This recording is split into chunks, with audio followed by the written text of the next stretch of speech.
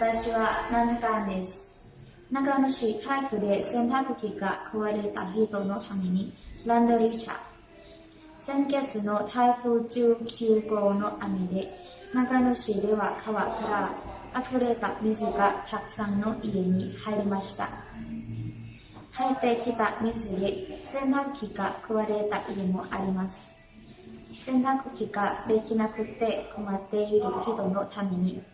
洗濯機をたくさん乗せた車、ランドリー車が16日から長野市に来ています。車には大きな洗濯機が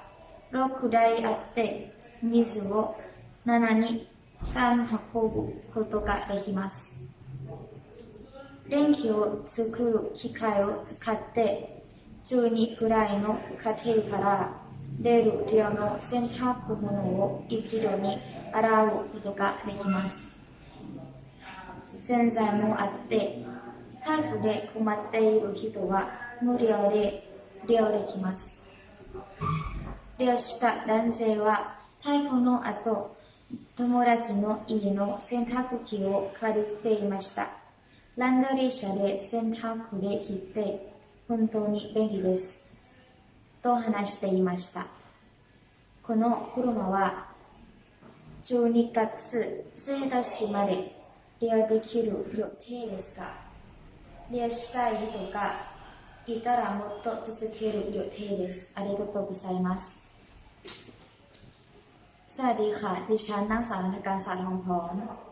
รถซักรีดสำหรับคนที่เครื่องซักผ้าเสียจากพายุใต้ฝุ่นเมืองนางาโนะจากสาเหตุพายุฝนเบอร์ 19 เมื่อเดือนที่แล้วที่เมืองนางาโนะมีน้ำที่เอ่อล้นเข้ามาภายในบ้านจำนวนมากค่ะก็มีบ้านที่เครื่องซักผ้าพังจากน้ำที่เข้ามาคนที่กำลังลำบากจากการไม่สามารถซักผ้าได้จะมีรถที่เอาเครื่องซักผ้าจำนวนมากเข้ามาที่เมืองนางาโนะเข้ามาตั้งแต่วันที่ 16 ค่ะรถคันนี้สามารถขนน้ำได้ถึง 7.2 ตันและเครื่องซักผ้าขนาดใหญ่ได้ถึง6เครื่องใช้เครื่องจักรในการผลิตกระแสไฟฟ้า